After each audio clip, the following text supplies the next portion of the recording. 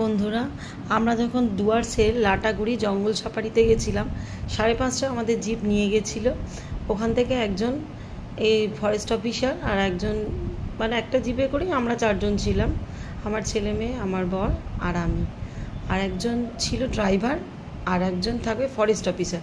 যদি কোনো বাঘ বা হাতি বেরোয় তাহলে ওদের কাছে বন্দুক থাকে, ওরা সেটা নিয়ে মানে ডিফেন্স করতে পারে। ওই যে দেখো একটা ময়ূর দেখা যাচ্ছে, তার আগে একটা ময়ূর দেখা গেল, শুধু ময়ূরই দেখা গেছে, কোনো হাতিও দেখা যায়নি, কোনো বাঘ দেখা যায়নি, কোনো সিংহ দেখা যায়নি, কিছুই দেখা যায়নি, শুধু ময়ূরই দেখা গেছে। কিন্তু ময়ূরের পালকগুলো আমরা পেয়েছিলাম।